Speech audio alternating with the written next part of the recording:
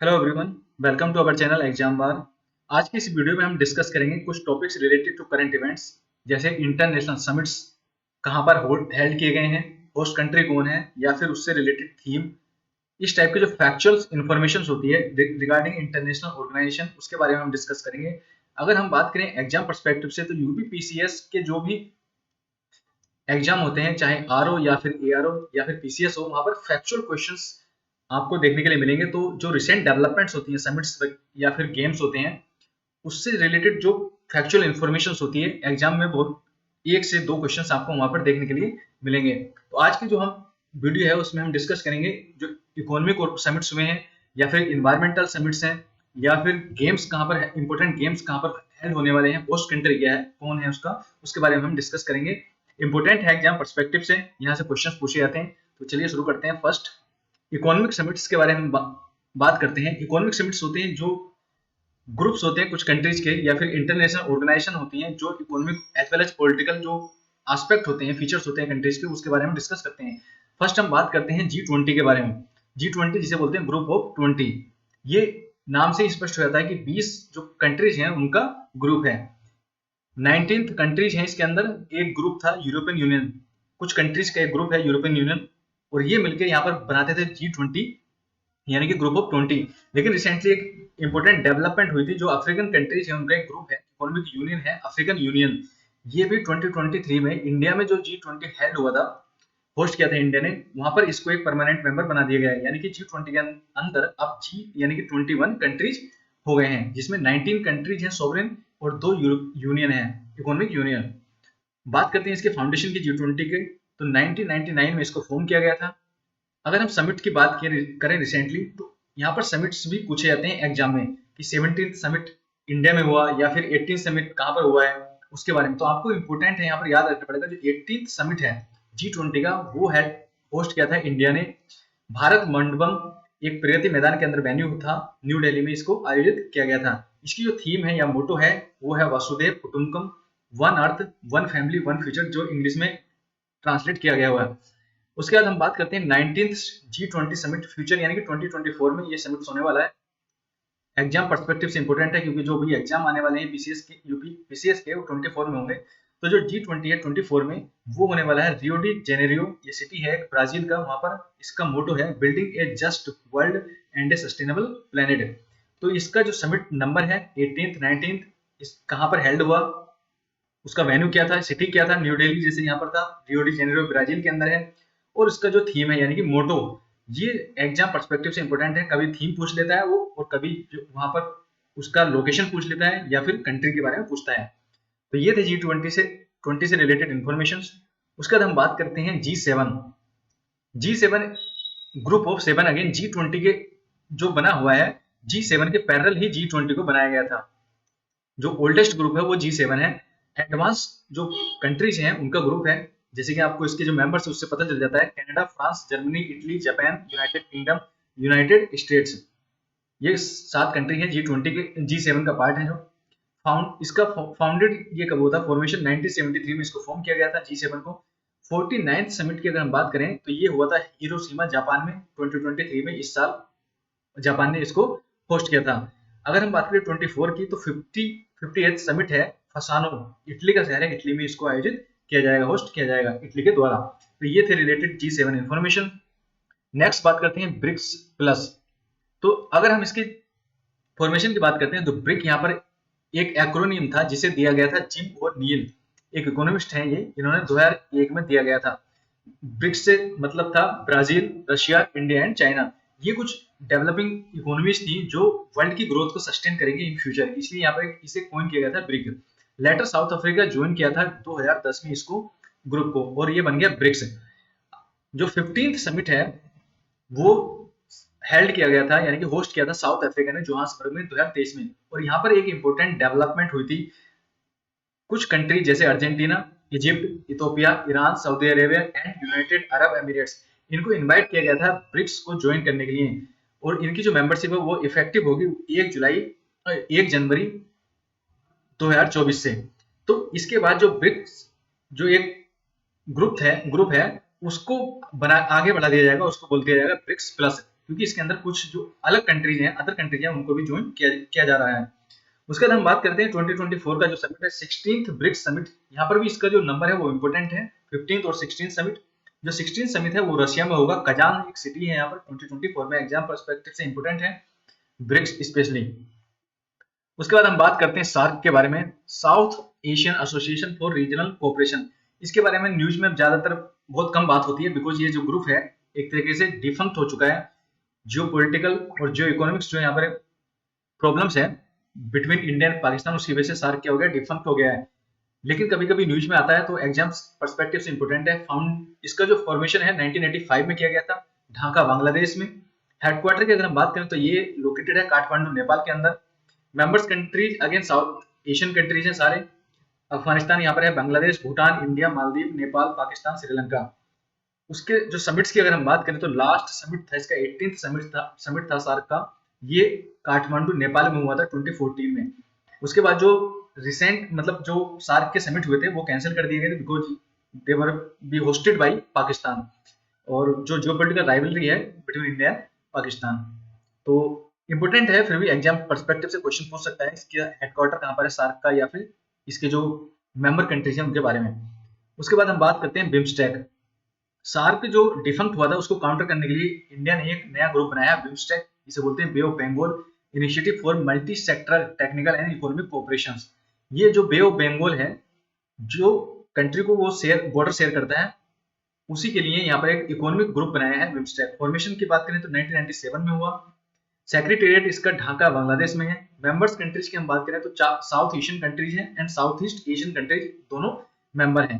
Bangladesh, Bhutan, India और Nepal, Sri Lanka, 5 member यहाँ पर साउथ एशिया के हैं। म्यांमार एंड थाईलैंड 2 कंट्रीज हैं साउथ ईस्ट एशियन कंट्रीज के कंट्रीज हैं। तो टोटल 7 कंट्रीज यहाँ पर बिम्स्टेक के हैं। इसकी समिट की अगर हम बात करें तो 5th समिट यहाँ पर श्रीलंका ने होस्ट किया था कोलंबो में 2022 में। तो ये एग्जाम पर्सपेक्टिव से ये भी काफी इंपोर्टेंट है। उसके बाद हम बात करते हैं मर्कोसुर। जैसे यूरोपियन यूनियन है, अफ्रीकन यूनियन है, उसी तरीके से साउथ अमेरिकन एक ट्रेड ब्लॉक है, ये मर्कोसुर नाम है। एस्टेब्लिशमेंट की हम बात करेंगे 1991 में इसको फॉर्म किया था। हेडक्वार्टर है इसका मोंटेवीडियो। ये उरुग्वे एक कंट्री है साउथ अमेरिका के अंदर, उसकी कैपिटल है मोंटेवीडियो, यहाँ पर इसका हेडक्वार्टर है। मेंबर्स की हम बात करेंगे तो अर्जेंटीना है, Bolivia, Brazil, Paraguay and Uruguay. यहाँ पर जैसे कि यूरोपियन यूनियन के अंदर, अफ्रीकन यूनियन के अंदर सारी कंट्री यहाँ पर हैं, तो जो साउथ अमेरिकन कॉन्टिनेंट है उसके अंदर कुछ countries because of political differences या फिर इकोनॉमिक डिफरेंसेस ट्रेड ब्लॉक का पार्ट नहीं बने हैं। यहाँ पर जैसे कि चिली यहाँ पर मिसिंग है, वेनेजुएला जिसे सस्पेंड किया जा चुका है बिकॉज ऑफ पॉलिटिकल रीजन 2016 में। तो अभी यहाँ पर करंटली 5 इसके मेंबर हैं, इंपोर्टेंट है, पूछ सकता है मर्कोसुर। उसके बाद हम बात करेंगे Arctic circle council. Arctic council काफी ज्यादा न्यूज में रहती है because of Arctic oceans, climate change, वहां पर सी आइस जो है वो मेल्ट हो रही है, इसकी वजह से काफी ज्यादा न्यूज में रहती है। इसके फॉर्मेशन की बात करें 1996 में इसको फॉर्म किया गया था ओटावा कनाडा में। हेडक्वार्टर्स की बात करें तो ट्रोम्सो नॉर्वे के अंदर है। मेंबर्स यहाँ पर जो आर्कटिक ओशन है उसके जो बॉर्डर है उसको शेयर करते हैं वो कंट्री है यहाँ पर, कनाडा है हुआ, Denmark, Finland, Iceland, Norway, Russia, Sweden, United State. Important यहाँ पर एक कंट्री है यूनाइटेड किंगडम। अगर एग्जाम में पूछा जाएगा तो यूनाइटेड किंगडम भी वहां पर दे सकता है, और ये रोंग है होगा क्योंकि यूनाइटेड किंगडम आर्कटिक काउंसिल का पार्ट नहीं है, मेंबर नहीं है। पर्पज की अगर हम बात करें इसका तो promoting cooperation coordination among the Arctic state, again same है, जो क्लाइमेट से रिलेटेड या फिर जो आर्कटिक ओशन से रिलेटेड जो भी इवेंट है वहां पर कोऑपरेट करना, कोऑर्डिनेशन करना अमंग मेंबर्स स्टेट। ये थे आर्कटिक काउंसिल। इन्वायरमेंटल समिट्स की यहाँ पर हम बात करेंगे, इंपोर्टेंट है UNFCCC, United nation framework convention on climate change. एक समिट हुई थी, कॉन्फ्रेंस हुई थी जिसे 1992 में जिसे बोलते हैं अर्थ समिट, रियो डी जेनेरियो के अंदर। और वहां से COP यानी कि कॉन्फ्रेंस ऑफ पार्टीज वहां पे हेल्ड होने लगी to fight climate change. Secretariat की हम बात करें तो UNFCCC का, तो ये वॉन में लोकेटेड है, जर्मनी।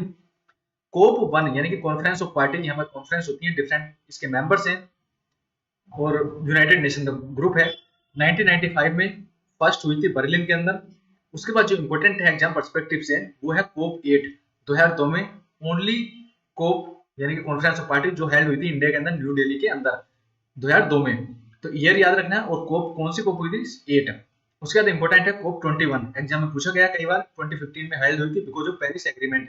क्लाइमेट चेंज को फाइट करने के लिए 1.5 डिग्री सेंटीग्रेड यहाँ पर रिड्यूस करना है टेम्परेचर बाई 2100, और इसके जो टारगेट है उनको कंप्लीट करना है 2030 तक, इसलिए काफी ज्यादा न्यूज में रहता है पेरिस एग्रीमेंट, इंपॉर्टेंट है।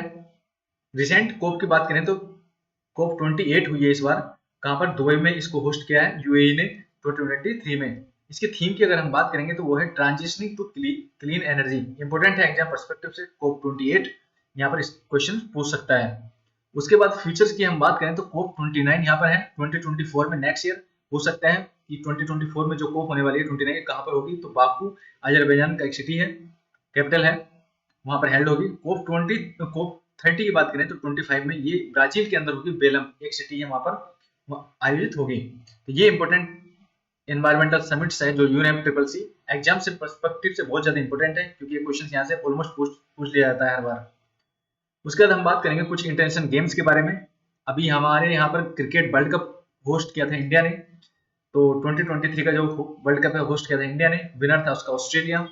अगर हम बात करें फ्यूचर होस्ट की तो 27 में साउथ अफ्रीका, जिम्बाब्वे और नामीबिया इसको होस्ट करेंगे क्रिकेट वर्ल्ड कप को। 2031 में again India and Bangladesh combine यहाँ पर जॉइंटली इसको वर्ल्ड हेल्ड करेंगे। ये था क्रिकेट से रिलेटेड इंपोर्टेंट फैक्ट्स। उसके बाद हम बात करते हैं ओलंपिक्स, बहुत ज्यादा हॉट टॉपिक्स है, न्यूज में रहने वाला है 24 में, क्योंकि नेक्स्ट ईयर 24 में ओलंपिक्स, समर ओलंपिक्स होने वाले हैं पेरिस के अंदर। अगर हम बात करें इसके फर्स्ट समिट की 1896 में एथेंस में हुआ था ग्रीस में, 24 में नेक्स्ट ईयर पेरिस में होने वाले हैं यानी कि फ्रांस के अंदर। मोटो जो है इसका है games wide open. Future event की बात करें ओलंपिक्स के तो 2028 में होने वाले लॉस एंजल्स यूएसए में, और 2032 में होने वाले हैं ब्रिस्बेन ऑस्ट्रेलिया के अंदर। ओलंपिक्स दो टाइप के होते हैं, एक समर ओलंपिक्स होते हैं, बहुत ज्यादा इंपॉर्टेंट है यहाँ पर, विंटर ओलंपिक्स भी होते हैं। 2022 में बीजिंग्स के अंदर हुए थे विंटर ओलंपिक्स, चाइना ने इसको होस्ट किया था। मोटो था इसका together for a shared future. Future event की बात करें तो 26 में अगेन विंटर ओलंपिक्स होंगे, इटली की इसको होस्ट करेगा, मिलान और कोर्टिना दो सिटीज हैं, और इनका जो मोटो होगा वो होगा ड्रीमिंग टुगेदर। तो ये ओलंपिक्स इंपॉर्टेंट है। उसके बाद बात करते हैं नेशनल गेम्स की। इंडिया के जो नेशनल गेम है हर बार होस्ट करता है, हर साल होस्ट करता है इनको, मोटो है इसका गेट सेट प्ले। 23 के जो गेम है गोवा में आयोजित किए गए थे, ये 37th नेशनल गेम्स थे गोवा में। मोटो था इसका गेट सेट गोवा, और जो विनर था इनका नेशनल गेम्स का वो था महाराष्ट्र। एग्जाम पर्सपेक्टिव से इंपॉर्टेंट है, पूछ सकता है क्वेश्चन नेशनल गेम्स से। उसके बाद हम बात करते हैं एशियंस गेम की। फर्स्ट एशियन गेम की अगर हम बात करें तो 1951 में इनको होस्ट किया था इंडिया ने न्यू दिल्ली के अंदर, मोटो था एवर ऑनवर्ड, इंपॉर्टेंट है। उसके बाद हम बात करते हैं 19th जो एशियन गेम है 2022 लास्ट ईयर, ये हुआ था, चाइना ने होस्ट किया था इसको, हांगझाऊ एक सिटी है वहां पर, मोटो था इसका हार्ट टू हार्ट। उसके बाद 2026 में फ्यूचर इवेंट्स यानी कि एशियन गेम होंगे, 28th एशियन गेम 2026 में, इसको जापान होस्ट करेगा, दो सिटी है नगोया एंड एची, यहाँ पर इनको होस्ट करेगा। मोटो है इसका थीम है इमेजिन वन एशिया। तो ये इंपॉर्टेंट है एग्जाम पर्सपेक्टिव से एशियन गेम। उसके बाद हम बात करते हैं 21st गेम 2030 में होंगे, दोहा कतर, यानी कि कतर इसको होस्ट करेगा, मोटो होगा योर गेटवे। और उसके बाद 22nd 2034 में रियाद यानी कि सऊदी अरेबिया के अंदर, सऊदी अरेबिया होस्ट करेगा एशियन गेम को, मोटो होगा उसका ट्रांसफॉर्मिंग द फ्यूचर। तो ये थे important recent event development related to economic summit, environmental summit, other games, क्योंकि ये factual question, fact based questions हैं, यहाँ पर यूपीपीसीएस यहाँ पर क्वेश्चन पूछ सकता है इनसे। तो ये थे आज की वीडियो, मिलते हैं आपसे अगले वीडियो में। पीडीएफ के लिए आप प्लीज एग्जाम बार का जो टेलीग्राम चैनल है वहां से आप इस पीडीएफ को डाउनलोड कर सकते हैं। तो चलिए मिलते हैं आपसे नेक्स्ट वीडियो में, तब तक के लिए थैंक यू एवरीवन।